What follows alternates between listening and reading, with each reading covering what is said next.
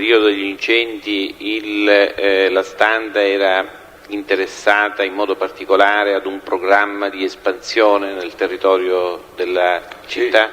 Sì, eravamo preoccupati perché la Sigros allora era passata nel gruppo Rinascente e quindi noi eravamo molto indeboliti nel confronto di questo gruppo che era concorrente diretto e cercavamo modi e maniere di assumere dimensioni più importanti, tant'è vero che abbiamo trattato per un periodo la Sagea, che era un'altra catena locale, che poi invece ha preferito vendere di nuovo al gruppo Rinascente. Ma il Sigros in precedenza apparteneva a voi? No,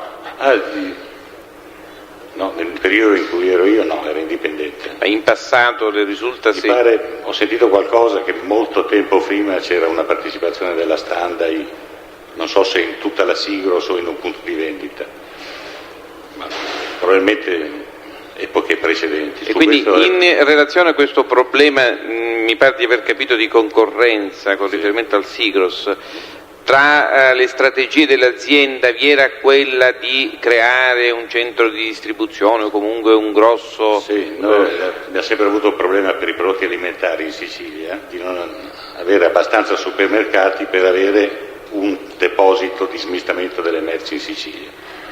Quindi una delle strategie aziendali era quella di raggiungere dimensioni tali da poter avere la merce consegnata direttamente dai fornitori in Sicilia, che rappresentava un grosso risparmio di costi perché gli alimentari arrivavano da Roma o da Napoli o da Bari. Ecco, ma si trattava di una strategia puramente così teorica oppure incominciava a tramutarsi in pratica, era una strategia operativa? Cioè, cercavamo delle combinazioni, perché uno dei modi era espandere l'affiliazione. In Sicilia l'affiliazione per la Standa era un'entità importante, ma anche con l'affiliazione non si raggiungevano le dimensioni economiche per un flusso di merci di questo genere. E come dico, trattammo la Sagea, che era l'unica catena alimentare indipendente rimasta dopo il passaggio della Sigros alla e queste trattative poi che fine hanno avuto? A un certo momento ci ha detto che non vendevano e si sono interrotte. Ecco, avevate comunque localizzato zone dove creare un insediamento produttivo? No, non ancora. Avremmo usato quello della Sagea se avessimo preso il controllo della Sagea.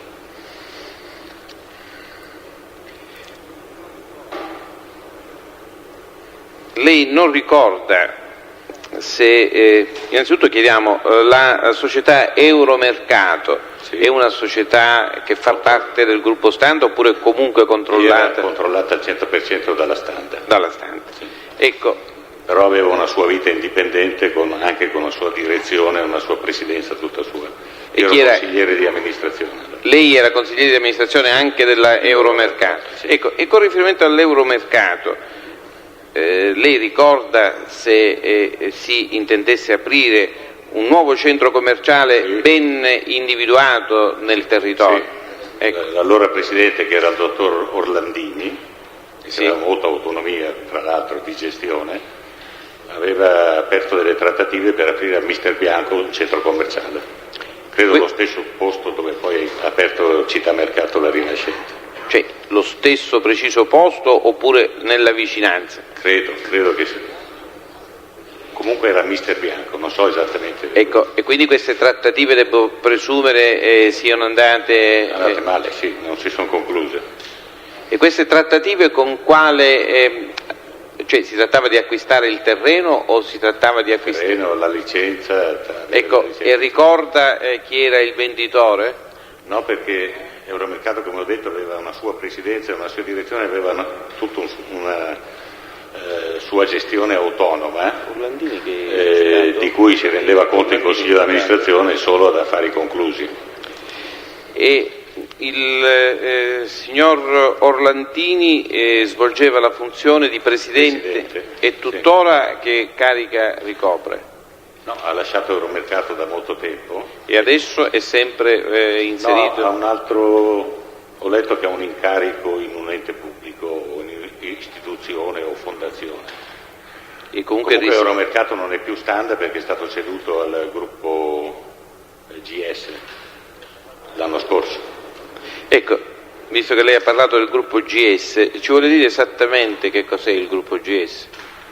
GS era la catena di supermercati del gruppo SME, Sì. era l'ex società meridionale di elettricità,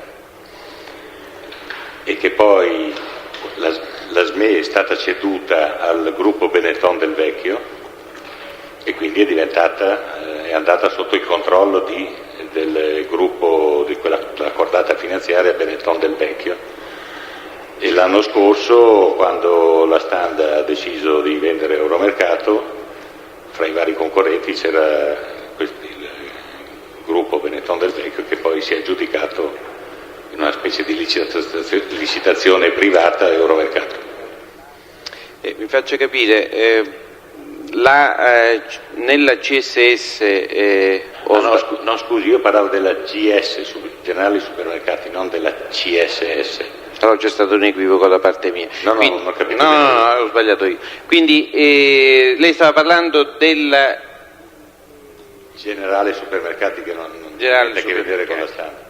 Ecco, e allora con riferimento invece alla CSS, sa dirci esattamente che tipo di società è questa? Tramontata l'ipotesi Sagea, eravamo rimasti con lo stesso problema, cioè l'insufficienza di dimensioni. Allora è stato fatto questo accordo, mi pare alla fine del 90, con questo gruppo CSS, che aveva una rete di negozi, facevano intorno a 90-100 miliardi. E l'accordo fu che la Standa entrasse in minoranza nel capitale della CSS, il 20%, e insieme alla CSS fu costituita una società, CSS ed altri, una società immobiliare per acquistare un ex stabilimento agricolo in cui poi fare un deposito, e questo deposito di merci doveva servire sia i negozi Standa sia i negozi che facevano capo alla CSS sia gli affiliati Standa, in modo da raggiungere un volume di affari che giustificasse la presenza fisica di un deposito di merci qui a Catania. Questo quando avveniva? Fine 90. Fine 90. Mi corregga se sbaglio. Quindi sostanzialmente questo centro di distribuzione in qualche modo ha preso il posto di quel progetto che si doveva realizzare a Mister Bianco, è così? Sì. No, Mister Bianco era un affare Euromercato. Sì. E gli Euromercati, per le loro dimensioni, non hanno bisogno di un deposito centralizzato, perché i fornitori consegnano direttamente al punto vendita. E quindi allora sostituiva quale progetto? Progetto, per esempio, di acquisizione della Sagea. Ho capito. Che era caduto. L'operazione venne fatta nel 90, lei ha detto. L'accordo originale nel 90. E lei ha detto che l'inserimento di Standa avvenne come socio di minoranza. 20%, sì. Ecco, è rimasto tale la Standa socio di minoranza, oppure nel corso del tempo la sua partecipazione azionaria è mutata? Ho lasciato la Standa, come ho detto, in aprile del 91, quindi l'accordo in aprile del 91 era rimasto quello. Ho ritrovato la situazione l'anno scorso quando sono tornato alla Standa, e la situazione era tale che la Standa, per le forniture di merci a questo deposito, controllato dalla Marketing Sud, che era controllata dalla CSS, il credito della Standa aveva assunto proporzioni rilevanti che né la Marketing Sud né la CSS erano in grado di fronteggiare. E quindi l'anno scorso è stato fatto un accordo per cui la Standa è entrata in maggioranza nella Marketing Sud, che è una società controllata dalla CSS. Sì. E quindi praticamente la Standa ha assunto il controllo della Marketing Sud, e rispetto alla CSS? Credo che sia rimasta con il suo 20%. La CSS col 20%. È stata messa in liquidazione. Credo. Ecco, ci sa dire chi fosse il diciamo rappresentante, il termine forse improprio, di questo 20% nell'ambito, la persona fisica voglio dire, nell'ambito della CSS. Di parte standard? Di parte standard, sì. Di parte standard credo che sia stato per un periodo il dottor Balducci e forse il dottor Candini. Il dottor? Candini. E il dottor Balducci attualmente? È onorevole. Il dottor Candini è ancora nella standard in una delle società da essa controllate. Le risulta che la CSS abbia subito delle richieste estorsive? Non esplicitamente, credo di averlo capito parlando con i responsabili della CSS. In che senso crede di averlo capito? Perché quando abbiamo ripreso in mano la questione recentemente, una delle ragioni delle situazioni di dissesto della CSS è stata la sorte drammatica di una società chiamata Belfin, da loro controllata. Tutto quello che ho capito è che l'acquisizione di questa Belfin ha concorso ad aggravare la situazione di CSS e che fosse stata un'acquisizione fatta malvolentieri. Mi faccia capire, cioè malvolentieri cosa significa? Cioè l'acquisizione della Belfin... Non mi è stato detto di più. Cioè quello che ha capito, cioè che la Belfin sarebbe stata acquisita dalla CSS malvolentieri. Malvolentieri. E quel malvolentieri cosa significa? Io ho capito malvolentieri, non mi è stato detto niente di più. Lei conosce il dottor Rantuccio? Sì, è da tempo immemorabile affiliato Standard e poi era una delle persone con cui abbiamo trattato l'affare CSS e Marketing Sud. Ecco, le risulta che il dottor Rantuccio sia stato oggetto di una qualche azione di intimidazione? L'ho saputo ieri, mi è stato detto ieri. Da chi l'ha saputo? Da gente della Standard. Ecco, ma all'epoca no. Il dottor Rantuccio non ha avuto modo mai di confidarle questa circostanza? Assolutamente.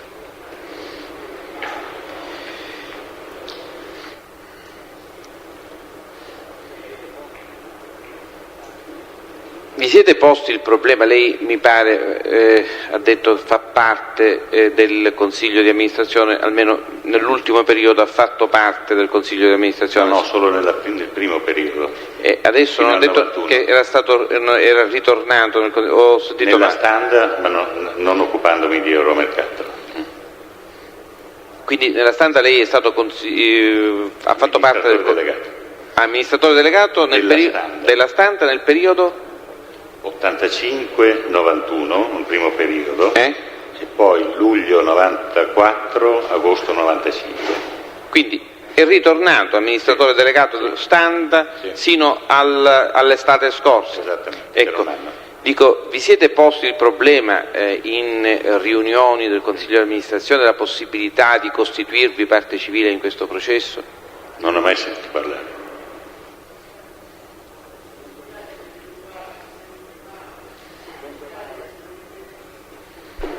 Sente male?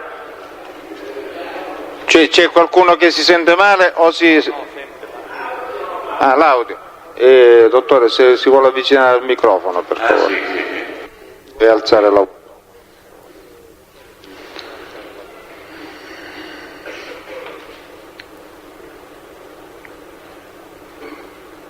Ritornando sulla sua domanda, anche perché i danni materiali erano assicurati.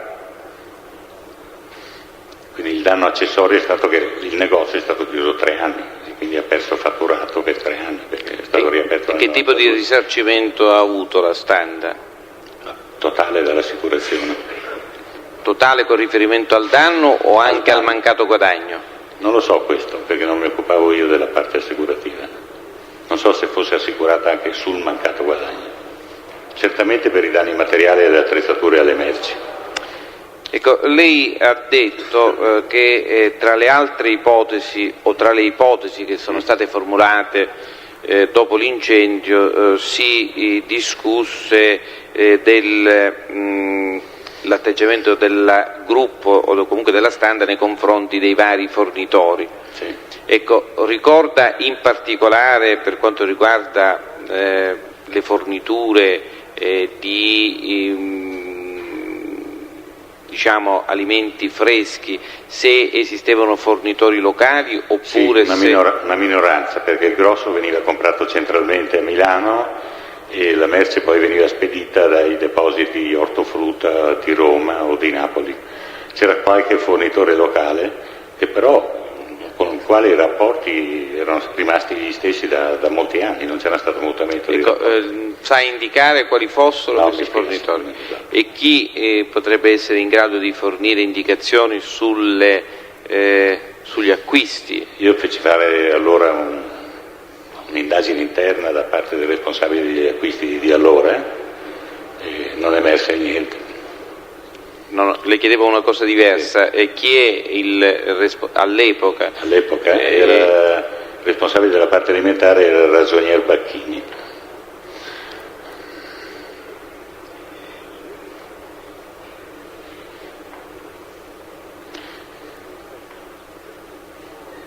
Le risulta se il gruppo Fininvest ha la disponibilità di aerei privati? Sì, ce n'ha almeno 2, o ne aveva 2 almeno all'epoca in cui ha acquistato la Standa, uno più grande e uno più piccolo. Ricorda il nome della società che gestiva o comunque proprietaria, società che evidentemente deve essere del gruppo Fininvest, sì, devo presumere. Sì. E il nome di questa società? Non me la ricordo. Il nome Alba le dice? Sì, Alba, esattamente. E Alba che cosa? Che forma societaria era? Non lo so perché dipende dal gruppo Fininvest. Sa la denominazione degli aerei? No.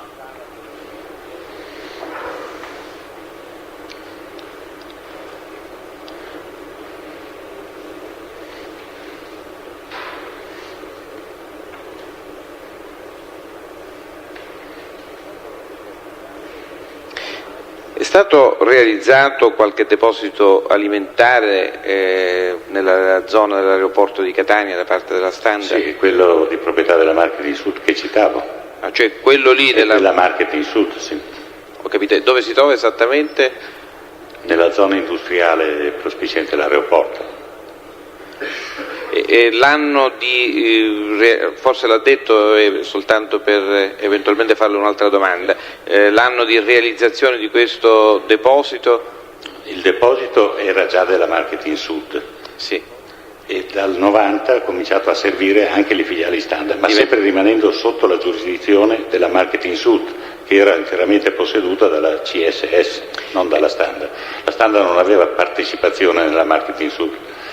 Però successivamente, fino all'anno scorso. Ecco, poi successivamente mi pare di aver capito. E un'ultima domanda, lei ha detto che tra le strategie, se non ricordo male, di espansione del gruppo vi era anche quello di aumentare il settore degli affiliati. Sì. Ecco, ricorda se effettivamente al di là di questa linea di tendenza ci fu un aumento? Non ebbe molto successo. Vabbè, non ho altre domande, Presidente. Presidente, posso? Pogliesi. Certo, dottore, la Montedison in che data ha ceduto la proprietà della Standa? È stata annunciata il 21 luglio 88. E ha perduto del tutto il controllo del pacchetto azionario o una quota è rimasta sempre proprietà Montedison? Credo che abbia ceduto il pacchetto azionario di sua proprietà. Certo, della sua proprietà. La percentuale del gruppo Montedison quant'era delle azioni al momento della cessione, dico? Credo intorno al 65%. Quindi una maggioranza assoluta, non qualificata dei 2/3, ma di controllo in quanto assoluta, più del 51%, insomma. No, non lo sa. Un'ultima domanda, la cessione avvenne, diciamo, con un effetto immediato o vi fu un periodo di transizione attraverso un comitato di garanti, un collegio di revisori straordinari? Immediatamente. E alcuni dei dirigenti o degli esponenti come la sua persona furono cooptati nel nuovo assetto. All'epoca del passaggio dalla proprietà Montedison all'acquisizione ad opera del gruppo finanziario Fininvest, cioè finanziario impresa di investimento, quanti erano i membri del consiglio di amministrazione?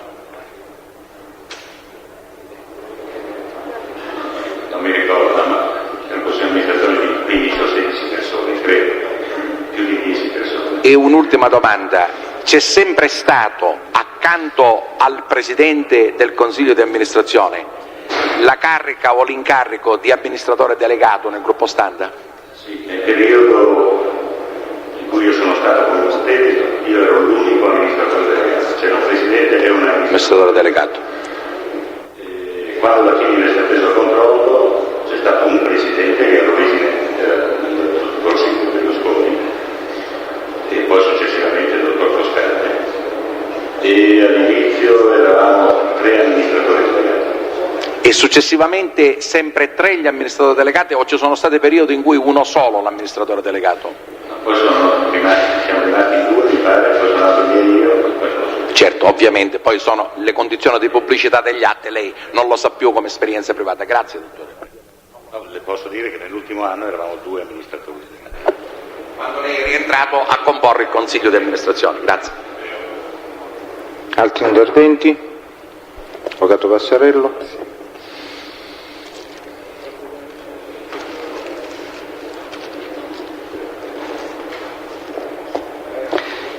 Dottor Pellizzari, lei sa da chi era posseduta la proprietà della CSS? No, c'erano diversi soci, era una proprietà molto spezzettata. Sì, sempre... la società SPA, non SPA, ma SPA di Pulvirenti Antonio, le dice qualcosa? Era una... controllata della CSS. Grazie. La Torrisi Alimentari? Anche. Sì. La CAM SRL? Anche non totalmente. Sì. Tentative anche.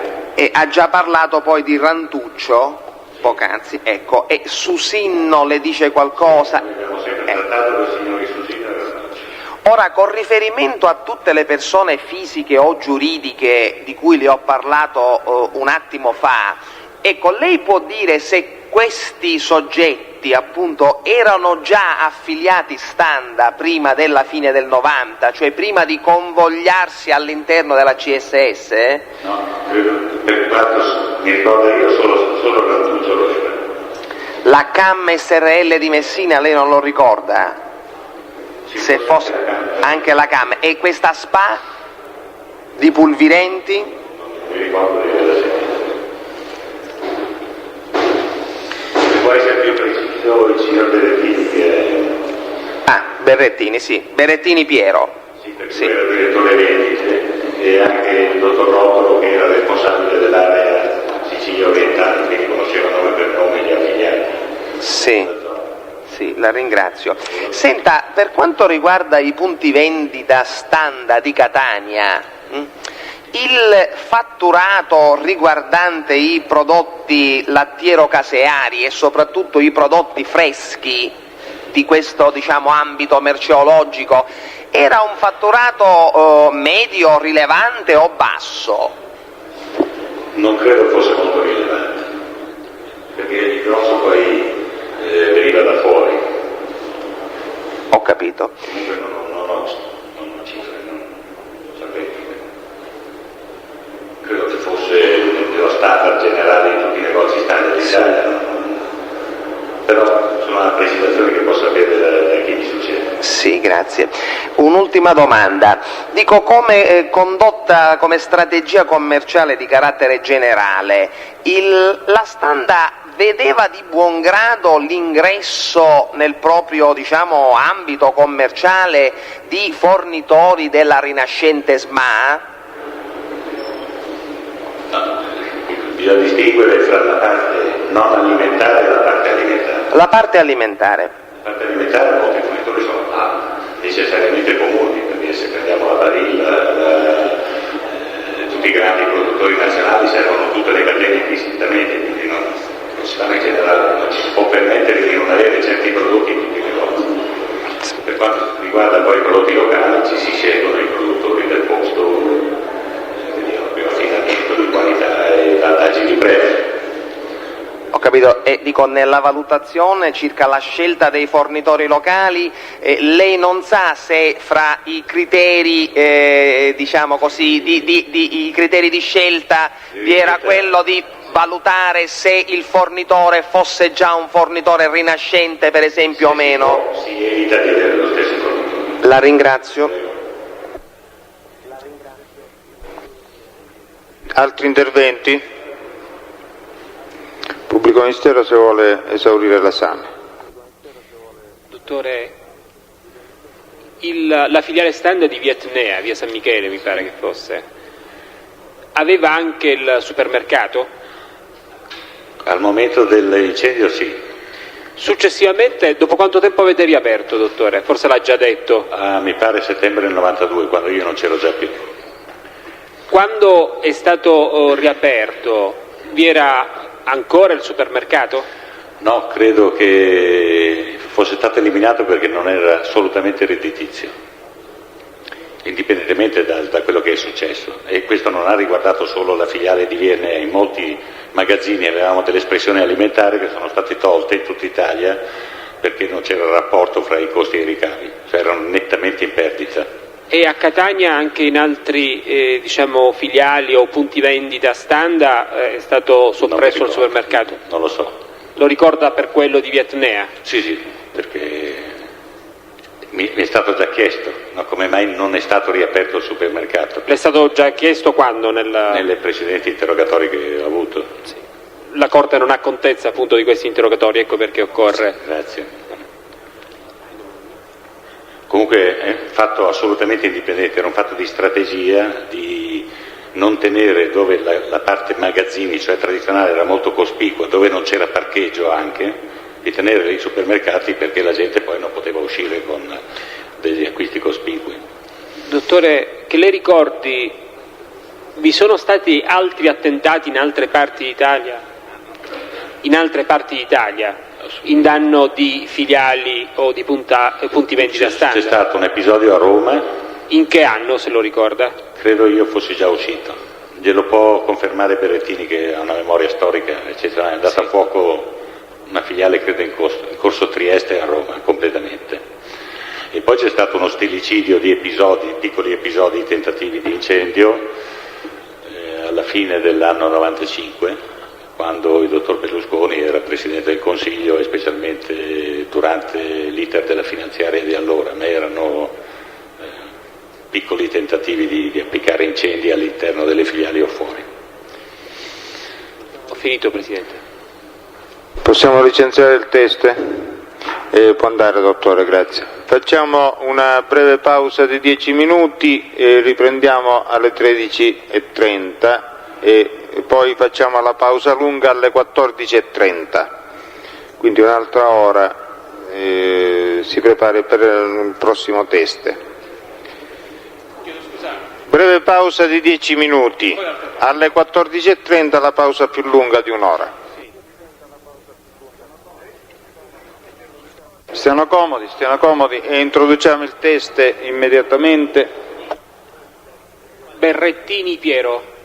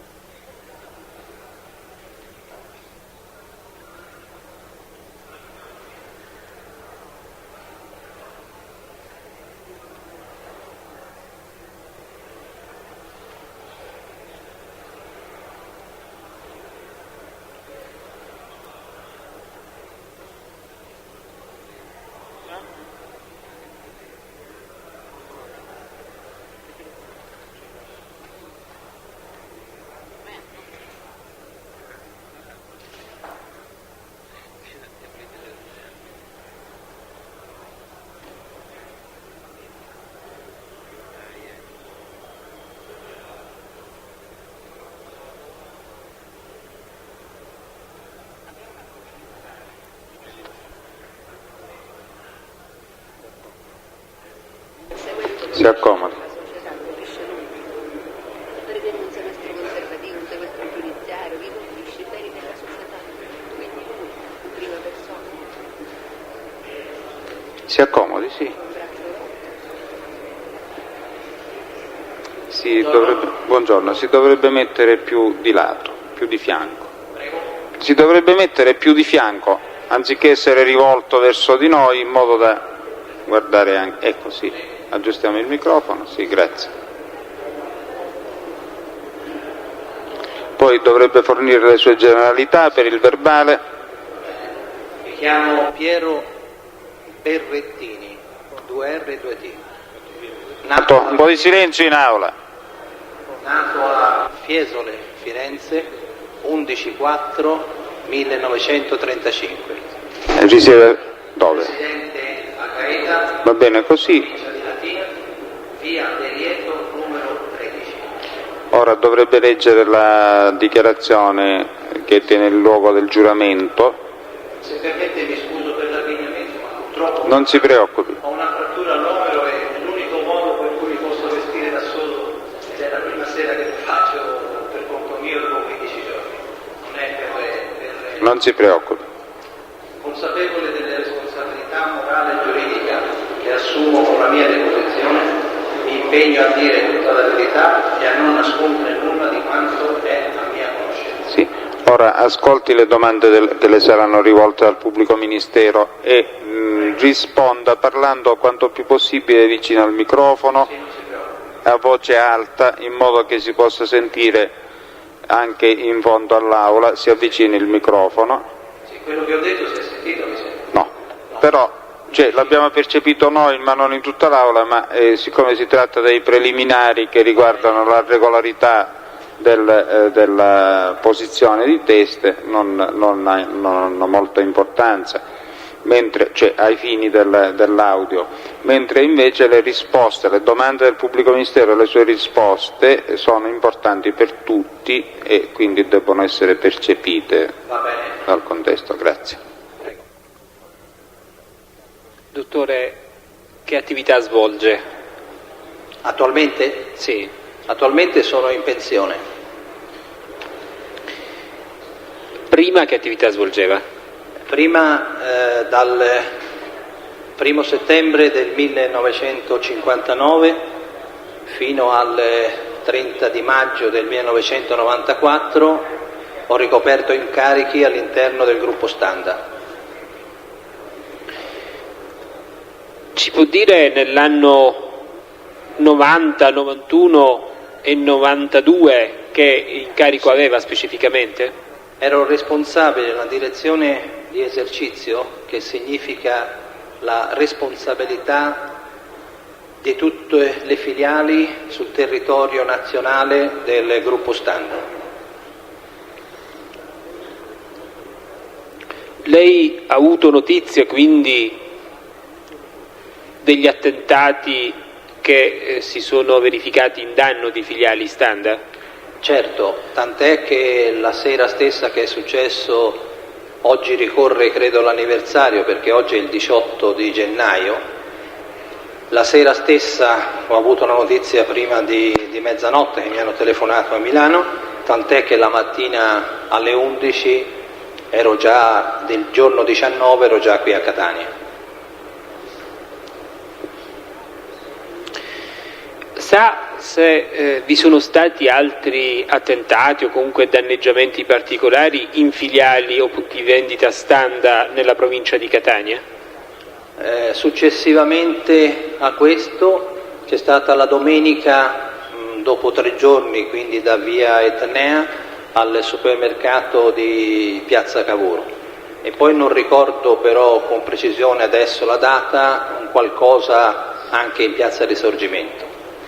In epoca antecedente o successiva al gennaio, che lei ricordi chiaramente? Successiva, al 18 gennaio del 90 se non ricordo male.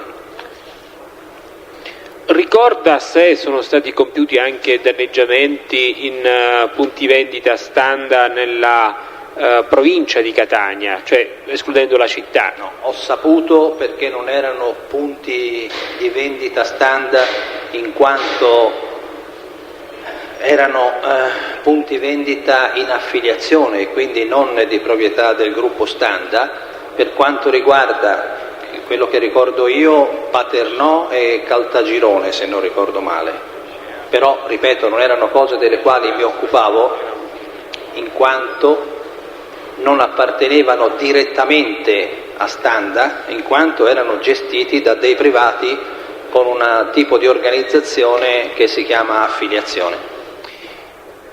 E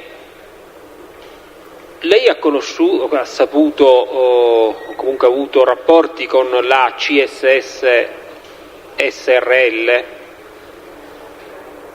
No, prima del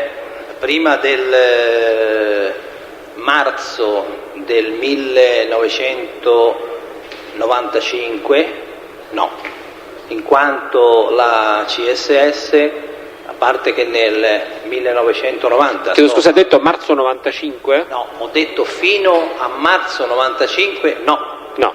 Poi se vuole le spiego anche perché. Sì, perché mi pare che lei ha detto che è in pensione adesso, quindi giusto Sì, per no, comprendere. Io ho detto, lei mi ha chiesto come qualifica, sono in pensione e mi sto occupando per quanto riguarda dal marzo-maggio 1995 del gruppo CSS, in quanto c'è stato un cambio di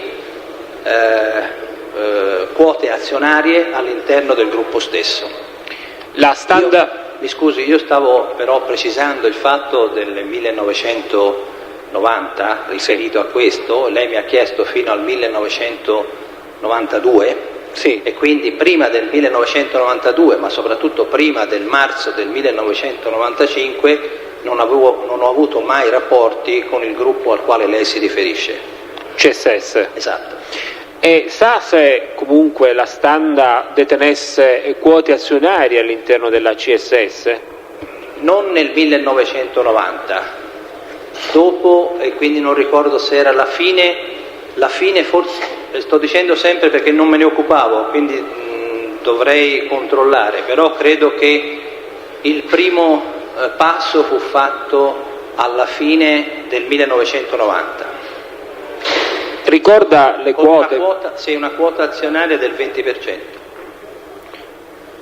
Mentre lei parlava di mutamenti nel rapporto... Sto parlando del 1995, ci sono stati dei mutamenti in tema non tanto quanto in CSS, perché in CSS noi in questo momento non c'entriamo e c'entriamo come Marketing Sud, che è una società che era all'interno della CSS. Quindi in questo momento io mi sto occupando della Marketing Sud, però non della CSS. C'è stato un mutamento nelle quote azionarie, quanto in questo momento noi abbiamo Standa, anzi SB più Standa e il Sodeim hanno il 65% della quota azionaria. Della Marketing Sud. Mentre per quanto riguarda la CSS è rimasta lo stesso pacchetto azionario in percentuale. È rimasto staccato ed è penso in liquidazione. E la Marketing Sud in buona sostanza di cosa si occupa? La Marketing Sud ha due compiti precisi. Il primo è quello di amministrare un centro di distribuzione che è nella zona industriale di Catania, che rifornisce per un certo numero di merceologie i punti vendita di Standa, affiliati Standa e le società Marketing Sud con i punti diretti rilevati dalla Torrisi, dalla ex Torrisi, e le società Camme e Week Market, che sono due società controllate al 100% dalla Marketing Sud. L'utilizzo come deposito della Marketing Sud, da quando si è avuto? Dal fine, ritengo, a fine del 1990. Fine del 90. Sì. Quindi quando fu costituita questa società con la partecipazione al 20% di Standa. quindi iniziarono contestualmente i rapporti con CSS e Marketing Sud? Sì. Già la Marketing Sud era controllata dalla CSS o a quell'epoca non lo era ancora? In precedenza non lo so, non ricordo. Cioè quando voi iniziaste i rapporti la Marketing Sud era già controllata dalla CSS? Penso di sì, però non saprei con precisione perché proprio non me ne occupavo. I rapporti con la Marketing Sud e con la CSS, chi li ebbe esattamente all'epoca? L'amministratore delegato, il dottor Pellizzari, e se non ricordo male, il signor Rotta, che era il responsabile a quei tempi dell'affiliazione standard. E lei sa chi erano gli interlocutori dall'altro lato? Cioè per la Marketing Sud e per...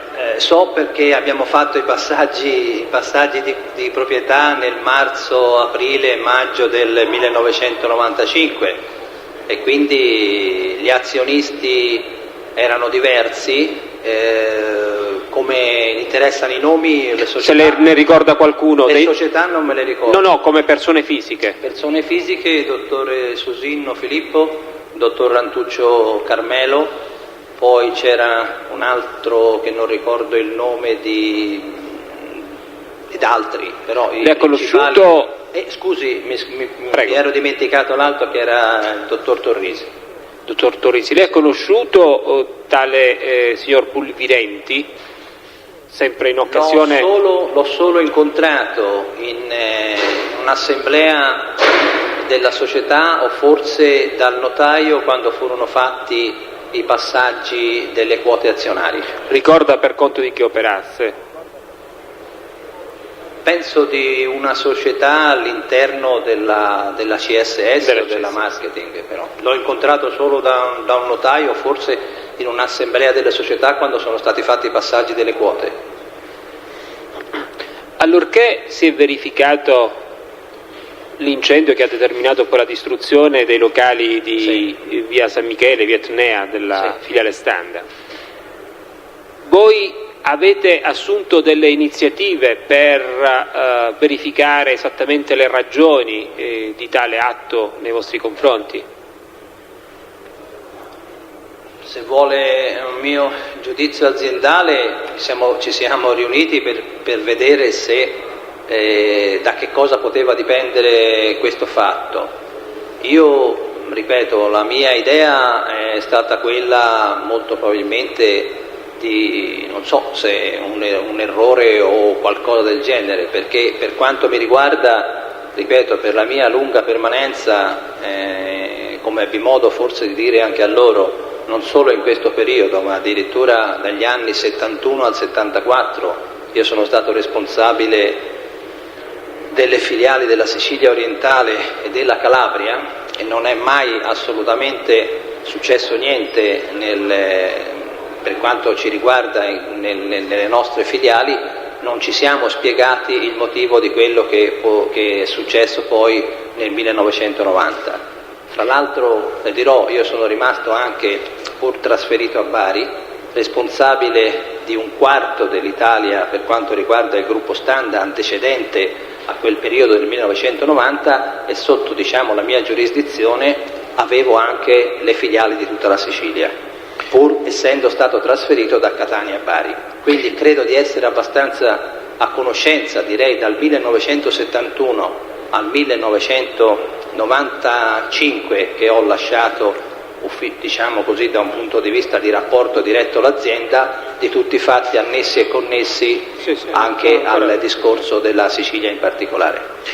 E lei ricorda, dottore, se in quell'arco temporale, cioè fra il 90 o successivamente o poco prima del 90, si siano verificati danneggiamenti in altre filiali Standard della Sicilia? No. E di affiliati Standard della Sicilia, di altre province siciliane? No. Le ripeto quello che le ho detto prima, che è quello sono venuto a conoscenza di quello che era successo a Paternò e a Caltagirone, però non ricordo la data perché non mi occupavo, ripeto, di affiliazione. mentre per quanto riguarda la Sicilia occidentale, come affiliati Standa non ne ha avuto contezza? No, non sono a conoscenza. E come filiali Standa? Nella maniera più assoluta. Cioè lo esclude o non è a conoscenza? No, non ne sono a conoscenza. Non ricordo di aver, siccome avevo la responsabilità anche della Sicilia occidentale, in questo momento le posso assicurare che non ricordo che ci siano stati fatti determinanti di questo tipo.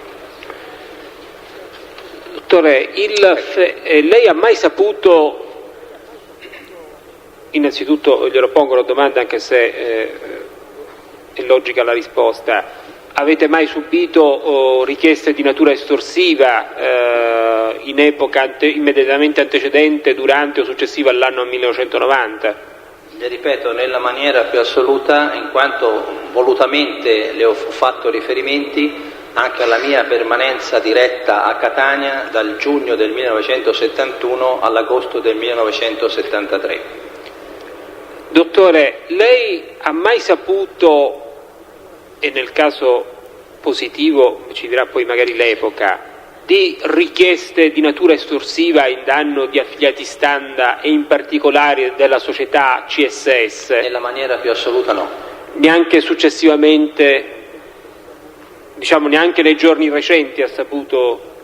Nei giorni recenti ho saputo quello che è venuto fuori dai giornali, perché sì, essendo 2 volte, forse un po' di più, 2 volte al mese a Catania, perché le dicevo sto seguendo il discorso della Marketing Sud, e quindi è chiaro che leggendo le cronache o seguendo anche il discorso della televisione, sì, che in qualche caso ha fatto degli interventi di dei servizi di questo tipo, sono a conoscenza di certi fatti.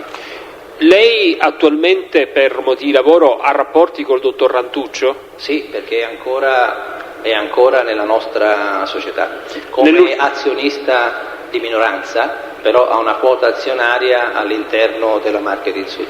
E il dottor Rantuccio non ha mai ripreso questo discorso?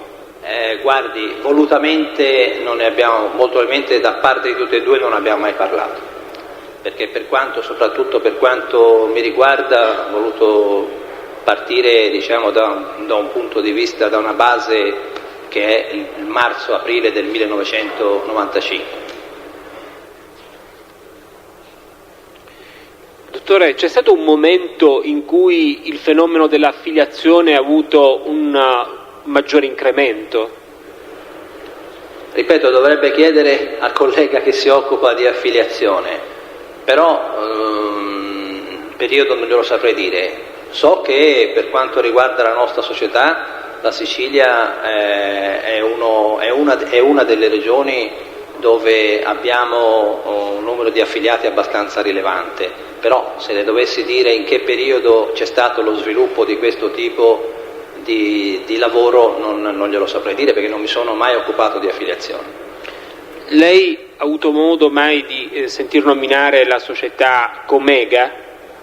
Comega? Sì. No. È una società che gestisce affiliati Standa, è una società a responsabilità limitata. Anzi, lo è stato, perché penso che attualmente sia stata dichiarata fallita. Non l'ho mai sentito. Dottore, prego. Rientrava nei programmi di sviluppo della Standa SpA la collocazione di grossi centri di distribuzione nella zona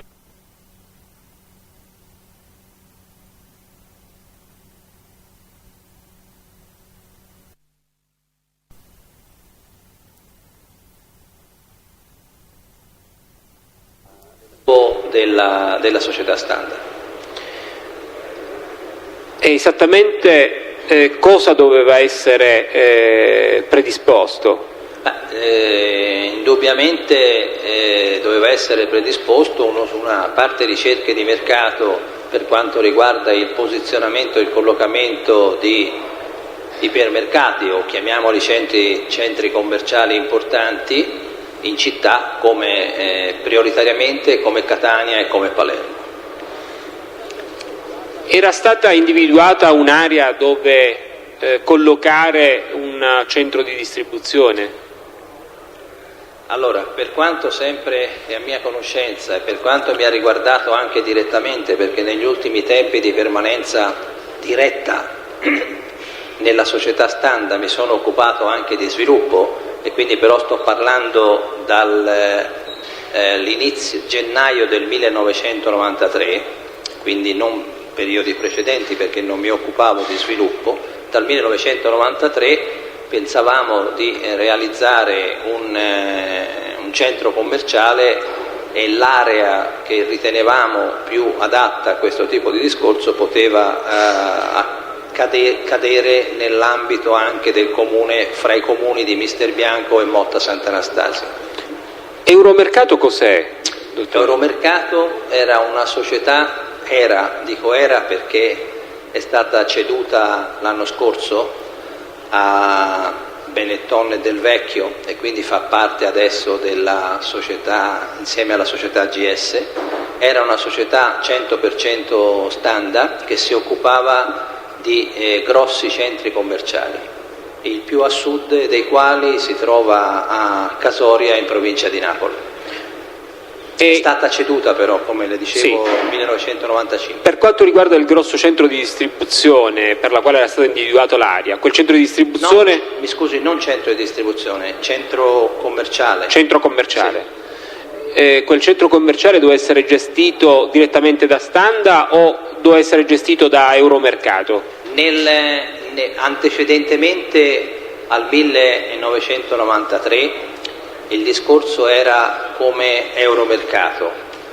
Quando poi la società ha deciso da un punto di vista strategico di rinunciare a questi grossi centri commerciali, e quindi dal gennaio del 1993 che mi sono occupato anche dello sviluppo, si mirava più a un discorso diciamo ridimensionato come metri quadrati di superficie, perché le vuole fare solo una piccola distinzione. L'Euromercato per noi è diciamo, un magazzino che parte da oltre 8.000 metri quadrati di vendita, più i servizi. Quello invece che pensavamo dal 1993 in poi era un qualcosa intorno a 6.000 metri quadrati di vendita, quindi era più che un Euromercato, un ipermercato, tanto per fare la distinzione in numero di metri di filiale di vendita fra l'iper e l'Euromercato. Quindi antecedentemente al 93 c'erano stati studi per fare un Euromercato. Quando si è deciso di dismettere la strategia sul discorso degli Euromercati, cedendo addirittura a Del Vecchio e Benetton la società Euromercato, ci siamo dedicati a ricercare un qualcosa che potesse essere intorno ai 6.000 metri di vendita, quindi un ipermercato. Questa idea di programmazione di un centro commerciale la può collocare nel tempo? In questo momento?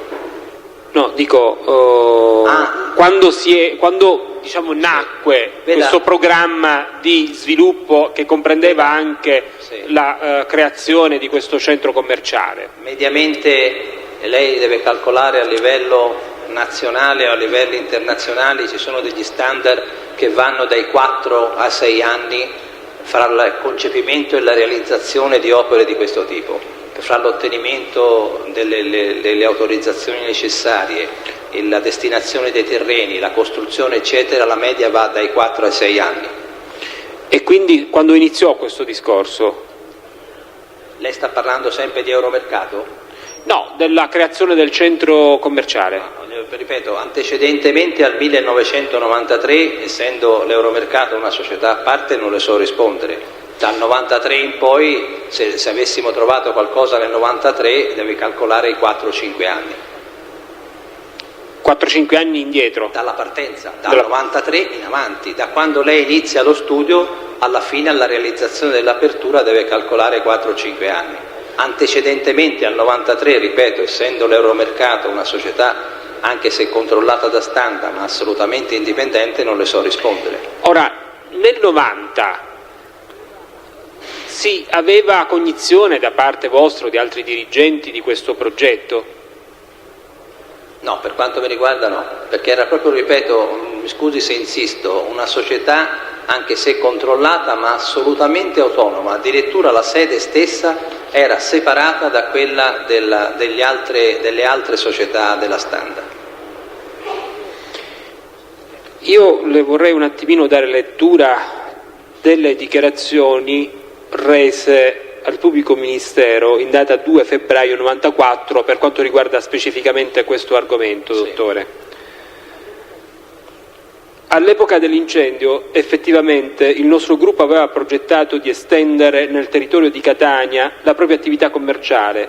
In particolare si pensava, come del resto si pensa ancora oggi, di aprire un centro commerciale nella zona di Mister Bianco, Motta, Sant'Anastasia. E poi continua, appunto io le chiedevo, nel 90 quindi si aveva contezza?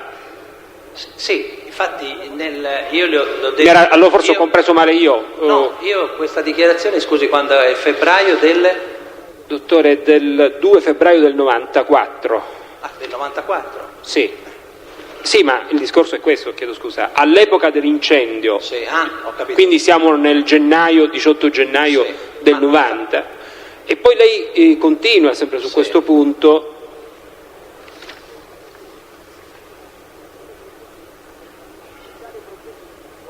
Di tale progetto di sviluppo della Standa all'epoca dell'incendio era al corrente il signor Rotolo, responsabile territoriale della Sicilia orientale e Calabria Sud. Sì.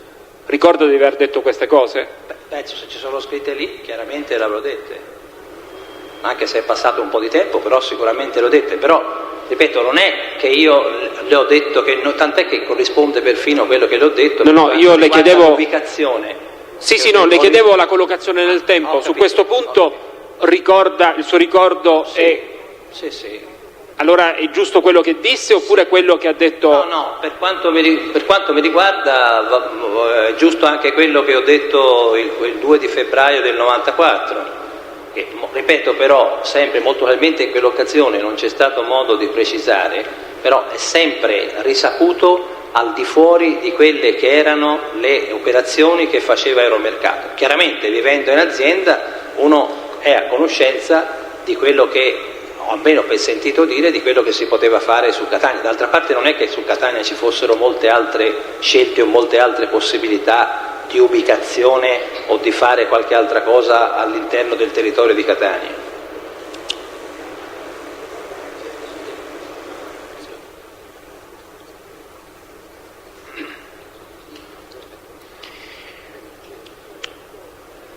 Dottore, Prego. Di questo progetto si aveva, una cognizione esterna, o meglio, l'opinione pubblica in qualche modo poteva averne conoscenza? Ritengo di sì, perché fra l'altro l'allora amministratore delegato di Euromercato, lo ricordo se nel 90 o 91 fosse ancora il dottor Orlandini oppure il dottor Pellizzari che avete sentito poc'anzi, chiaramente non è che si può tenere nascoste cose di questo genere, in quanto appena lei, un nome come Standa, si avvicina per contattare i proprietari di terreni o fa qualche azione eventualmente per vedere se ci sono disponibili autorizzazioni commerciali, è chiaro che nell'ambito molto probabilmente prima ancora che si pensino a queste cose già si sanno all'esterno.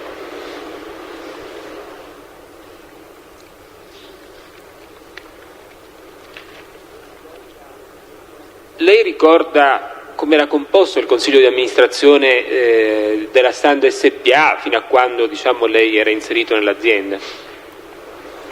Nell'ultimo anno?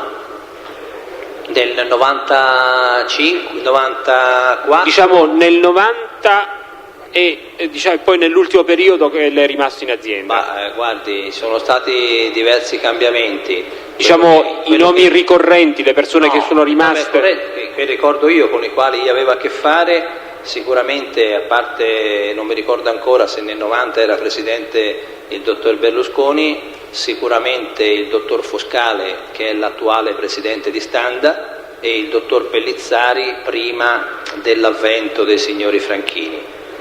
Poi altri che si trovano all'interno del consiglio di amministrazione, di nomi che forse c'era ancora il dottor Messina, se in quel periodo, se c'è adesso, può darsi che ci fosse il dottor Dell'Utri Marcello, poi non ricordo altri. Ultimamente poi sono entrati, sto parlando di adesso, i figli la figlia del dottor Berlusconi, il dottor Messina, Rivolzi, Foscale e attualmente il dottor Ferro, che è entrato da 2 mesi come amministratore delegato.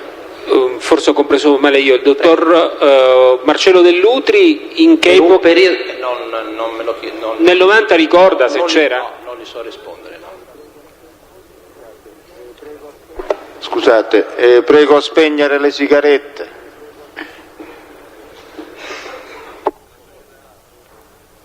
Può continuare.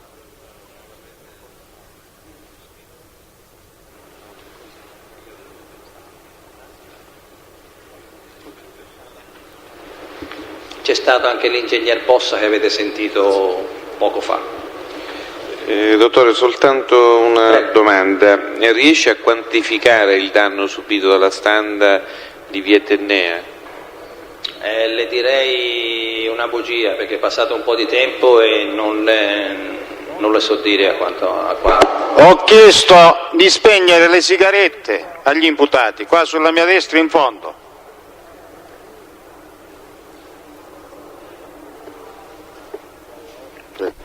No, non le so rispondere. In quale ordine? Momento, prego? In quale ordine di misure, diciamo, di... Quale ordine di misure? Il problema è il problema immobiliare, perché per quanto riguarda le merci non lo so. Le direi una cosa, ecco, perché non sono sicuro, le potrei dire una cosa non attendibile, quindi mi spiace. Ecco, ma chi è la persona che neppure il dottor Possa ha saputo dare un'indicazione? Possa sicuramente... Pardon, il dottor Pellizzari, voglio dire. Il dottor Pellizzari era amministratore, quindi non lo so, possiamo, se le serve possiamo farglielo sapere, però in questo momento io non sono in grado di dirle all'incirca quanto ammontava il danno subito sia in termini di merci sia in termini di immobile o di attrezzature da parte dell'azienda. L'immobile era di proprietà della Standa? L'immobile no, era in leasing, se non ricordo male, è stato riscattato dopo e adesso è di proprietà di Standa. Adesso è stato riscattato di proprietà di Standa. Era di proprietà di Standa, ceduto in leasing e poi con l'autorizzazione della sovrintendenza le Belle Arti, che aveva la priorità per quanto riguarda l'acquisto, siccome lei rinunciò, fu ricomprato dall'azienda Standa. Va bene, grazie.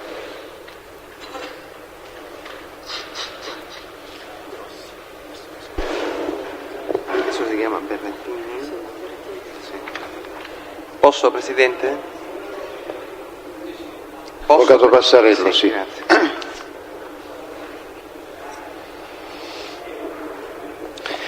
Dottor Berrettini, per quelle che sono le sue conoscenze aziendali, il fatturato Standa Catania per quanto riguarda i latticini, prodotti lattiero-caseari, si può definire alto, medio, basso? Ma guardi, noi negli alimentari, lei sta parlando sempre del 1990? Sì. Lei faccia conto che avevamo solo 2 supermercati. Uno era quello dell'Interrato della filiale che subì il danno nel 1990 e l'altro è quello che attualmente è ancora in funzione in piazza Cavour. Sì. Ma guardi, è un'incidenza molto bassa, perché se lei pensa che il fatturato di queste filiali in quel periodo non poteva ammontare neanche, ritengo, a 10 miliardi, molto probabilmente sotto i 10 miliardi, faccia conto che solo l'incidenza dei latticini è assolutamente irrisoria. Grazie. Senta, nell'ambito della scelta dei fornitori locali della Standa, si accetta di buon grado si accettano di buon grado anche fornitori che contemporaneamente servano il gruppo La Rinascente SMA, o questo viene in linea di massima evitato? Ma guardi, come ebbi modo di dire nella deposizione, non so se il termine tecnico è giusto, del febbraio del 1994, nell'azienda le competenze sono abbastanza separate, cioè io mi sono sempre interessato di vendite e non mi sono mai interessato di acquisti. Nell'ambito delle forniture locali chiaramente era eventualmente su proposta, solo in qualche caso, dei rappresentanti locali, però tutto veniva filtrato, i contratti venivano siglati all'ufficio acquisti di Milano. Per quanto riguarda la sovrapposizione, come dice lei, è chiaro che esiste nel campo di industrie a livello o marche nazionali, perché è chiaro che la Barilla è una Vanilla e quindi il gelato tutte, tanto per fare un nome. Per quanto riguarda anche i campi locali, per esperienze che ho anche in altre regioni d'Italia, possono esserci delle sovrapposizioni, possibilmente però si cerca di evitare. Qualora però il fornitore sia ottimo, sia per qualche serve anche la concorrenza, problemi non esistono. Senta, la Standa ai punti vendita cosiddetti affiliati Standa, che tipo di prodotti fornisce? Che tipo di merci fornisce? Allora, a noi agli affiliati o ai somministrati Standa forniamo tutto l'assortimento che è a disposizione dei magazzini Standa condotti direttamente dalla società. Quindi il signor Pincozzi Guglielmo, che ha un affiliato, può attingere dalle 5.000-6.000 referenze che sono vendute normalmente anche nei magazzini Standa. È una sua scelta personale, noi gli mettiamo a disposizione l'assortimento, lui assorbe quello che ritiene più consono alle sue necessità. Senta, e per quanto riguarda gli alimentari deperibili, gli affiliati Standa in genere come si comportano? Hanno due possibilità. Sì. La prima è quella di scusi, intendo prodotti freschi, ecco, sì. Cioè non solo alimentari deperibili, dico, mi correggo, prodotti freschi. Ci sono due tipi di possibilità. Sì. La prima è quella dei servizi del nostro centro di distribuzione deperibili, che è a Santa Palomba, vicino a Pomezia, in provincia di Roma. Sì. E quindi è una fornitura diretta, come se comprassero delle scatolette o altro. Sto parlando sempre di prodotti freschi deperibili. L'altra possibilità è quella di usufruire di contratti quadro che noi abbiamo con prodotti locali. Terza ipotesi è quella di usufruire di fornitori loro, perché sono assolutamente indipendenti, di scegliersi i fornitori anche che non siano Standa. Ho capito. Quindi mi scusi, per quella che è la sua esperienza, spesso l'affiliato Standa, esercitava un'attività commerciale prima di divenire tale, no? Per esempio, sì. ecco il caso, non so, dei componenti delle società che compongono la CSS, se possiamo fare questo esempio, no? Ci sono, sì. Per quanto riguarda il discorso della CSS... No, mi scusi, no, non vorrei, era solo... Era una esemplificazione nell'ambito della mia domanda. Ecco, dico, generalmente... Prego. Ci sono diversi gruppi, diciamo, generalmente provengono da settori che già avevano qualcosa a che fare con il commercio, vuoi che si fosse alimentari, vuoi che fosse non alimentari. In qualche caso invece abbiamo anche degli affiliati che sono per esempio degli imprenditori immobiliari o dei costruttori che, avendo dei locali a disposizione, decidono per il figlio, per la figlia di... Ecco, perfetto. Dico, nel caso che già provenissero da precedenti attività, dico, per quella che è la sua nel caso che provengano da precedenti attività, per quella che è la sua esperienza, talvolta continuano a servirsi per i prodotti deperibili freschi dei vecchi fornitori, pur divenendo affiliati Standa? Generalmente sì, perché... Sì, la ringrazio. Sì, prego. Sì, prego. Generalmente è molto appagante fa il mestiere nostro l'idea della contrattazione del popolare e quindi si sentono appagati nel fare loro la trattativa piuttosto che andare a rifornirsi da qualcuno che praticamente la trattativa non la può fare perché sono prezzi fissi. Sì. Volevo tornare un attimo su sulle risposte che lei ha dato in relazione a quel ventilato progetto di espansione. Vorrei che facesse un attimo mente locale sul punto.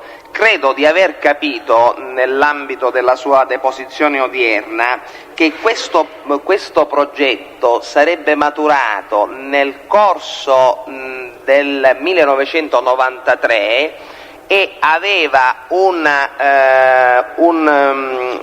programma, una previsione di realizzazione concreta nell'ambito dei successivi 4 o 6 anni. È esatto dir ciò? Cioè io ho ricostruito esattamente? Sì, la ringrazio anche perché mi dà modo di precisare sì. la cosa che diceva prima il signor Pubblico Ministero. Sì. Proprio per dividere quelle che erano state le strategie nell'ambito dell'azienda.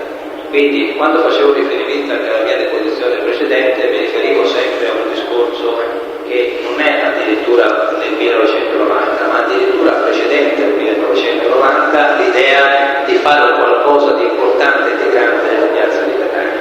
Quindi le confermo l'interesse che noi avevamo a fare qualcosa di grande e di importante nella piazza di Catania anche antecedente al 1990.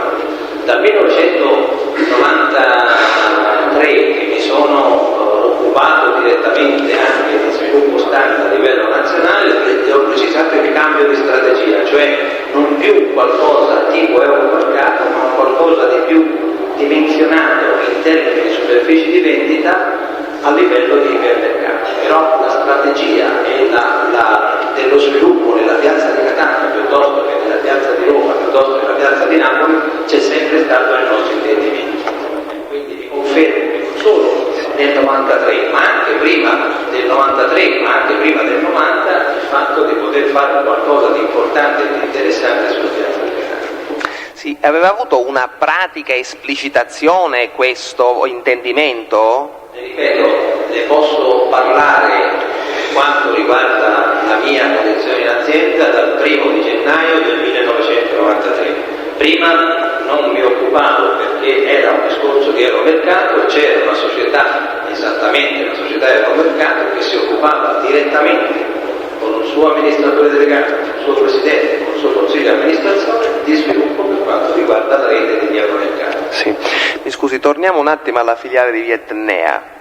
Dopo l'incendio, che sorte ebbe il reparto e poi dopo l'incendio e la riapertura della filiale, che sorte ebbe il reparto alimentari? Lei ha qui davanti il responsabile sono io di aver tolto gli alimentari dalla filiale di Vietnea. Ecco, può spiegare alla Corte perché?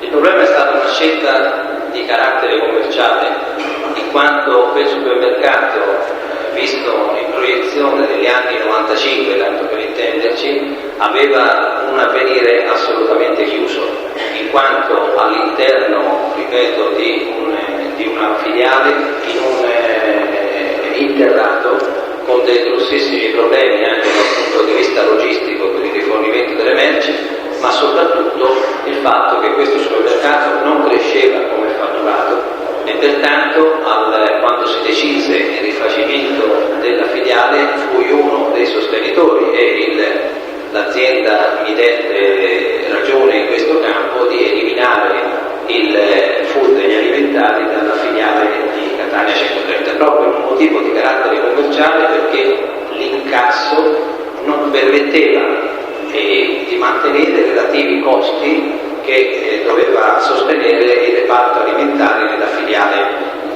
di Catania, di Catania Enea.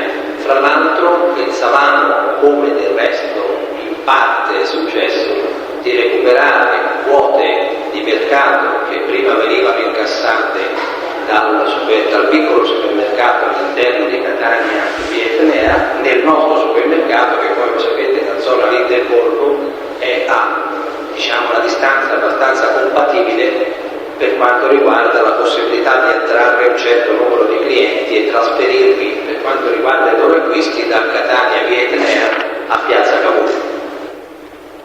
Grazie, non ho altro. Io mi rendo conto che sono le 2:30, però ho solo un paio di domande. Spero di fare assolutamente in fretta. Sì. Dottor Berrettini, lei è responsabile nazionale, l'organigramma degli uffici da lei diretti come si articola? C'è poi un responsabile a livello regionale? Come si articolava? Come si articolava? Come ho detto, io ho cessato il rapporto diretto con la mia società nel maggio del 1994 e adesso mi occupo... Sì, no, era un presente storico il mio, ecco, questo... Praticamente c'era una direzione di esercizio a Milano che aveva la responsabilità tutta la rete di vendita a livello nazionale. Rispondevano a me i direttori vendita territoriali, che non mi ricordo se erano all'epoca 13 o 14, in pratica erano dei rappresentanti regionali o semi-regionali, perché nell'ambito della Sicilia, per fare un esempio, esisteva uno a Palermo per la Sicilia occidentale e esisteva poi quello di Catania che aveva la Sicilia orientale e parte della Calabria. Sotto questi responsabili regionali c'erano i direttori di filiali o gerenti di supermercati. Quindi questi perfetto, soggetti ovviamente quindi che avevano in qualche modo il dovere di riferire tutto quello che di rilevante accadeva nelle filiali. Nella maniera più assoluta. Perfetto. Come dicevo prima, di essere venuta a conoscenza di quello che era successo a Catania, ma questo è stato un episodio alle 10:30 della sera, quando il fatto era successo, se non ricordo male, verso le 21:30, ma questo non solo per quanto riguarda i fatti relativi a quello che è successo a Catania 130, ma qualsiasi cosa anche di minore importanza.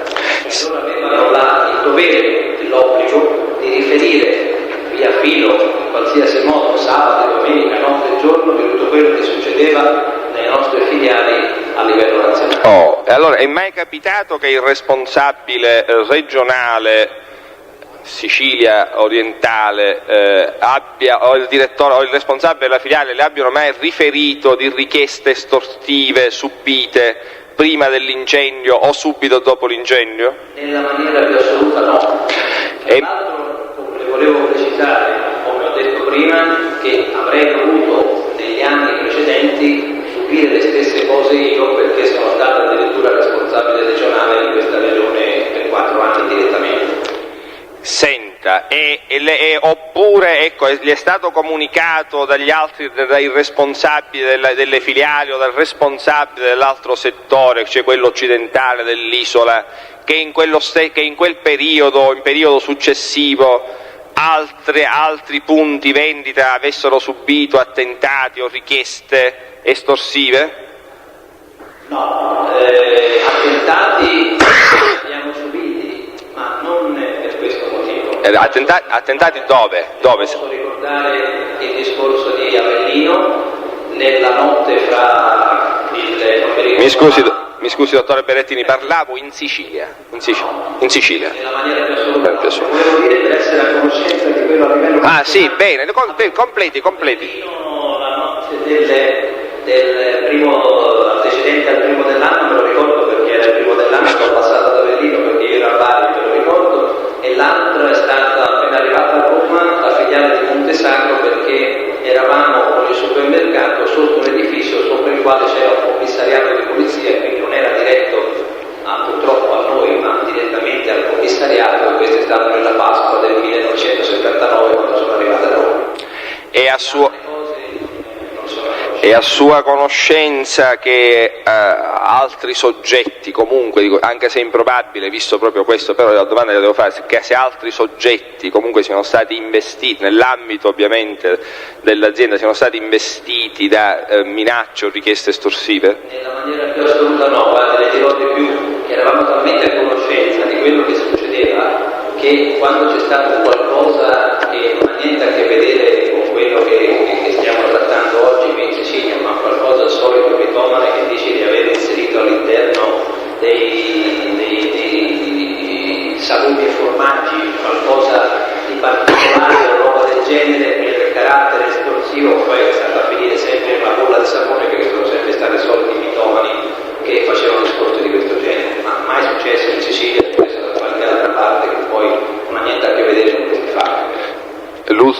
l'ultima domanda. Questi progetti di espansione sono, fino a quando lei è rimasto in azienda, erano ancora attuali o erano stati accantonati? Poco fa No. mi ha inteso, insomma, Le posso dire una cosa, che sono ancora valide ancora oggi. Non ho altre domande. Le confermo che sono valide ancora oggi, in quanto o come marketing sud o come standard, siccome ho in questo momento la possibilità di occuparmene direttamente come marketing sud, siamo sempre disponibili, se capitano le occasioni, di procedere a svilupparci nell'ambito di Catania o di altre città della Sicilia. Grazie Presidente, grazie, non ho altre domande. Ulteriori interventi? Il pubblico ministero vuole esaurire l'esame. Dottore, ricorda se in occasione dell'interrogatorio di cui poc'anzi vi ho indicato gli estremi, quindi il 2 febbraio 94, le fu data lettura delle dichiarazioni rese da un collaboratore di giustizia?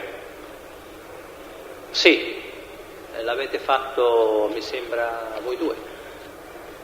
Eravate presenti? Sì, se sì. non ricordo male, ecco, mi sembra che mi era stato detto che un collaboratore di giustizia nel gennaio, se non ricordo male, può darsi, gennaio non mi ricordo se del 93 o del 94, forse 93, non lo so, aveva dichiarato... Gennaio 93, giusto? Forse gennaio 93, adesso con le date sono un po'... alcune me le ricordo bene, altre... Nel gennaio del 93, se non ricordo male, mi avevate detto che si era autoaccusato o qualcosa del genere di avere fatto, chiamiamolo attentato, non lo so, incendiario lì alla Standa, e poi che aveva avuto, se non ricordo male, contatti con qualcuno della Standa per fare delle richieste di carattere estorsivo alla società. Dottore, ricorda se in quelle dichiarazioni si parlava anche del programma di sviluppo dell'azienda? No, non lo ricordo. Ma come sono? No, non lo ricordo. Ma il collaboratore faceva riferimento a quello? No, sto facendo... No, non me lo ricordo.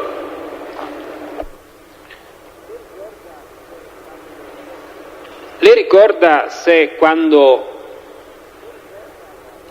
mi rendo conto che il suo ricordo già era così poco preciso in alcune domande fatte poc'anzi, poco preciso sul punto rispetto a quello detto in precedenza. Sì. Valutazione del pubblico ministero valutazione, questa. signor A me è Presidente. sembrato precisissimo Il testo è stato abbastanza preciso. Ma se non mi fate finire, non si può comprendere neanche il motivo per cui ho fatto questa premessa.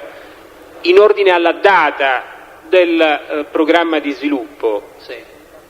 rispetto a quello che aveva dichiarato, e in tal senso era il ricordo poco preciso, Avvocato, Sì.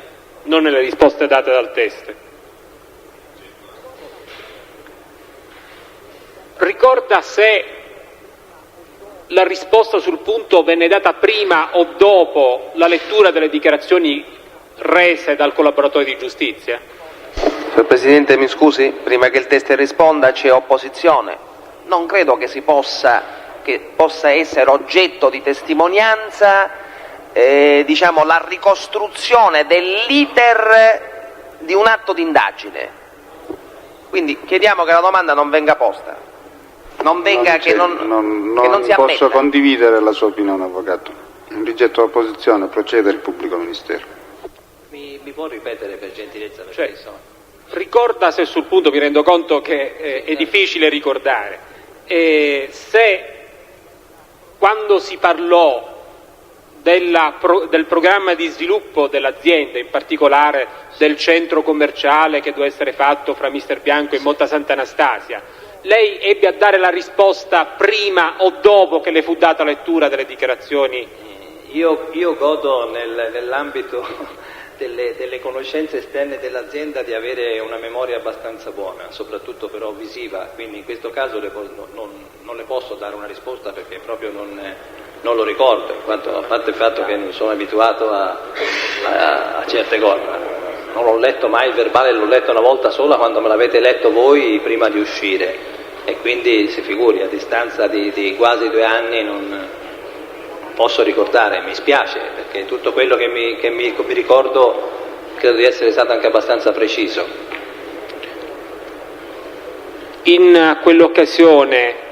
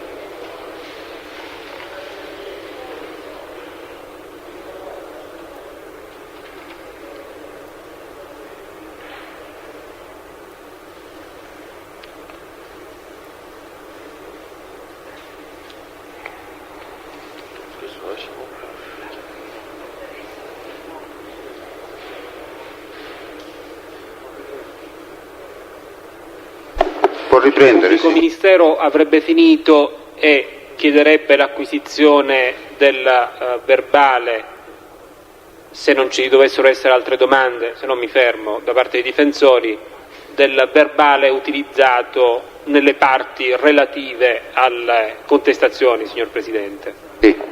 Se non ci sono altre domande possiamo licenziare il test. Avvocato Passanini. No, non è alcuna domanda, è sulla... Sì, questo lo vediamo.